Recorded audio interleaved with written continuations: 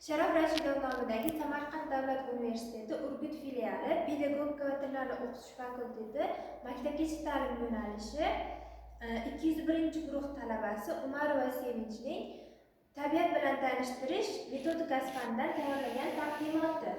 Mavzu: uzluksiz ta'limda ekologik ta'lim konsepsiyasi. Reja: uzluksiz ta'lim tizimida ekologik ta'limning mazmuni va ahamiyati. Ikkinchi reja: ekologik tarbiyaning asosiy tamoyillari va vazifalari. Uchinchi reja: ta'lim bosqichlarida ekologik ta'limning samarali shakli va metodlari. To'rtinchi reja: ekologik madaniyatni shakllantirishda oila, maktab va jamiyat hamkorligi. Uzluksiz ta'lim inson hayoti davomida to'xtovsiz davom etuvchi ilmiy, kasbiy va ma'naviy rivojlanish jarayoni bo'lib, unda ekologik ta'lim alohida dolzarb masalalar hisoblanadi. Ekologik ta'limning mazmuni nafaqat tabiat haqidagi nazariy bilimlar bilan cheklanadi, balki atrof muhitni muhofaza qilish, resurslardan oqilona foydalanish, ekologik xavfsizlikni ta'minlash kabi amaliy ko'nikmalarni shakllantirishni ham o'z ichiga oladi. Bugungi globallashuv davrida ekologik muammolar, iqlim o'zgarishi, suv tanqisligi, biologik xilma-xillikning kamayishi, tuproqning degeneratsiyasi yangi avloddan yuqori ekologik savodxonlikni talab etadi.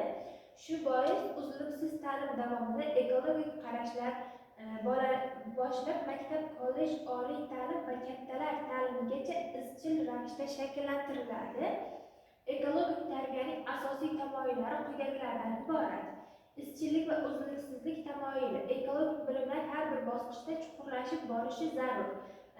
Amaliy tamoyillari: nazariyaga qo'shimcha ravishda amaliy mashg'ulotlar, kuzatuvlar, tajribalar orqali o'rganish, yosh xususiyatlarga moslik. Ekologik ta'lim tizimini har bir yoshga mos tarzda shakllantiriladi.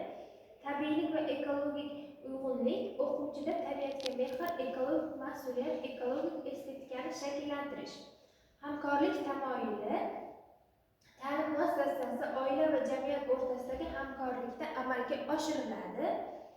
Ekologik tarbiyaning quyidagi vazifalaridan iborat: o'quvchilardan ekologik bilimlarni shakllantirish, tabiiy resurslardan oqilona foydalanish ko'nikmalarini rivojlantirish, ekologik muammolarni tanqidiy tahlil qilish qobiliyatini oshirish, atrof muhitni muhofaza qilish bo'yicha ongli amaliy faoliyatga undash. Bu vazifalar ta'limning har bir bosqichida izchil amalga oshirilganda ekologik madaniyat yuksaladi.